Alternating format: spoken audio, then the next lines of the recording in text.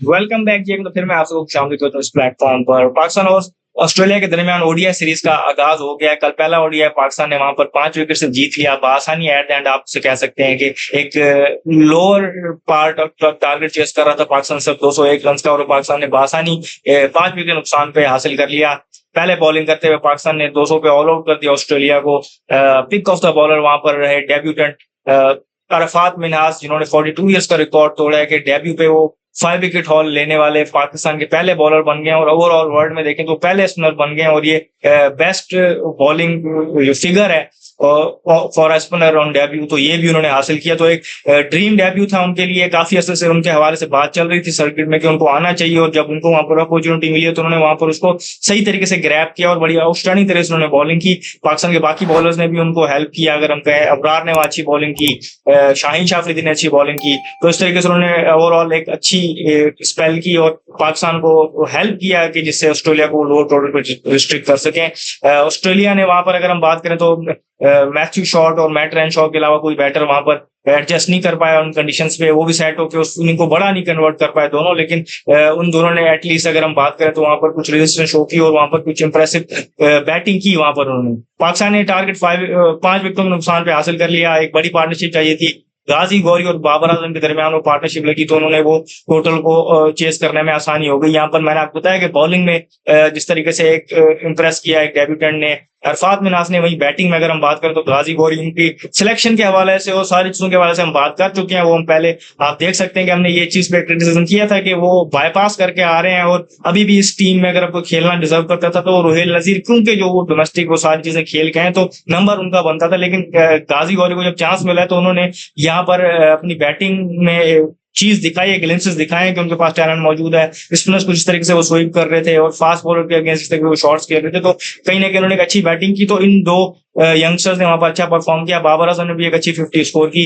Strike rate के हवाले से आप बात इस तरीके से नहीं कर सकते क्योंकि टारगेट सिर्फ 200 का था, तो कोई ऐसी अर्जेंसी नहीं थी वहां पर। तो और सरफेस भी स्लोअर साइड पे थी, ये भी आप चीज को माइंड में रखेंगे। वहां पर जो डिग्री ऑफ टर्न मिल रहा था वो आप देखें तो आपको लग रहा था कि वहां पर स्पिनर्स को अच्छी खासी असिस्टेंस मिल रही है, और वहां पर तनवीर सांगा और पैट कुनमैन ने दोनों ने अच्छी बॉलिंग की वहां पर, और फिर नेट एलिस ने भी अच्छी बॉलिंग की। तो ये तो होगा मैच का हाल हवाल, जहां पर आपको नजर आ रहा था कि पाकिस्तान ने एक टेलर सरफेस लगाई वहां पर उनके सामने, कि जहां पर वो अपने स्पिनर्स को प्ले में लाना चाहते थे। तो पाकिस्तान ने वो बिल्कुल जो कहते हैं कि एक ब्लूप्रिंट जो ले किया था उसके मुताबिक चला और वो मैच जीत गया।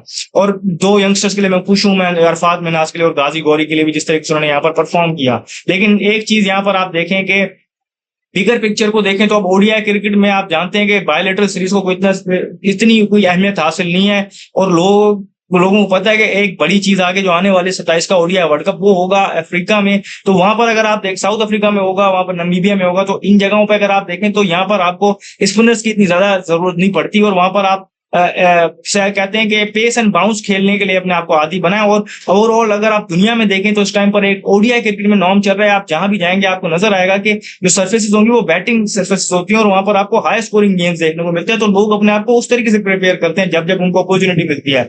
ऑन कॉन्ट्रारी अगर हम देखें तो पाकिस्तान क्योंकि कुछ अर्से से इतना अच्छा नहीं कर रहा और बैकलैश आया हुआ है, तो वो वक्ती तौर पे वो उसको खामोशी करने के लिए, जैसे शॉर्ट टर्म गोल हासिल करने के लिए हमने ये किया कि यहाँ पर एक टेलर पिच बना दिया है, विक्ट्री हासिल कर ली है, वो वाह हासिल कर ली है, और उसके लिए हम किस चीज की कुर्बानी देने को तैयार हैं कि जो हमारा लॉन्ग टर्म गोल है हम उसको नहीं माइंड में रख रहे, कि हम अपने आप को उस तरीके से प्रिपेयर नहीं कर रहे कि वहां पर हमें ये सर्विसेज नहीं मिलेंगी, हमारा कॉम्बिनेशन वहां ये नहीं चलेगा कि हम वहां पर 30-30 ओवर स्पिनर से करवा दें, तो वहां पर ये आपको नहीं होगा। तो वहां पर आपको एक अलग तरीके से प्रिपेयर करके जाना पड़ेगा, जहां पर आपके पास 3 से 4 फास्ट बॉलर हो, एक पेस बॉलिंग ऑलराउंडर हो, जो आपको बैटिंग के डेप्थ दे सके, और बैटर्स भी उस तरीके से खेलने के लिए आदी हो जाएं जो पेस एंड बाउंस को खेलें, स्क्वायर ऑफ द विकेट अच्छी शॉट्स खेलें। तो वो आपको चाहिए होंगे वहां पर। हमारी प्रिपरेशन देखें तो उस हवाले से नहीं हो रही। अगर हम यहाँ पर ऐसी सर्फेसेस बनाएंगे, अब लाहौर जाएंगे, हम देखेंगे ट्यूसडे को अगला मैच वहां पर खेला जाएगा, तो वहां पर एक ऑप्शन है आपके पास जो ऑस्ट्रेलियन सॉइल है, जो हमने देखा कि पीएसएल में यूज हुई, तो वहां पर हमें लंबे रन देखने को मिले, और वो कहीं ना कहीं हल्का फुल्का रेप्लीकेट कर सकता है उन चीजों को। तो हमें वहां पर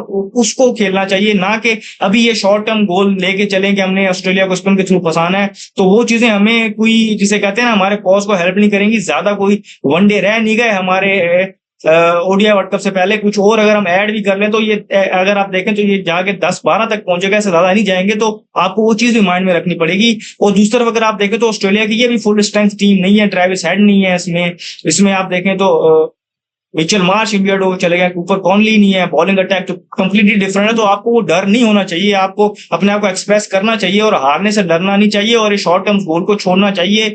और ओडीआई क्रिकेट डिफरेंट है, टी20 क्रिकेट में भी हम ये कह के थके कि आप बहुत ज्यादा रिलाय कर रहे हैं अपने स्पिन ऑलराउंडर्स पे। अब आप उसी रविश को अगर आप ओडीआई क्रिकेट में लेके आएंगे तो ये आपको कहीं ना कहीं बैक फायर करेगी। ये आपको पहले पिछले वर्ल्ड कप में भी बैक फायर कर चुकी है कि जहां पर आपके पास बॉलर का सेट पूरा नहीं था तो आपको वहां पर आपकी बॉलिंग स्ट्रगल करती हुई दिखी और बैटर्स भी फिर आपके उस तरीके से कोई जिसे कहते हैं कि रन्स नहीं कर रहे थे। तो आपने अपना हाल देखा कि आप एट द एंड अगले राउंड में क्वालिफाई नहीं कर पाए और बाहर हो गए टूर्नामेंट से। तो ये सारी चीजें आप माइंड में रखें। तो लॉन्गर टर्म के जो गोल हैं उसको देखें और उसके हवाले से प्रिपेयर करें। जीत है, अच्छी बात है, जीत गए हैं और मैंने आपको बताया कि वो तो यंगस्टर्स के लिए मैं खुश हूं, लेकिन उसके हवाले से ज्यादा इस चीज पे सेलिब्रेशन को इतनी बनती नहीं है क्योंकि हम लॉन्ग टर्म गोल्स हैं वो सैक्रिफाई कर रहे हैं इस शॉर्ट टर्म अचीवमेंट्स पे। तो जो भी फर्दर अपडेट होगी हम यहाँ आपको देंगे इस वीडियो में। फिलहाल कितना मुझे दीजिए, आप शुक्रिया।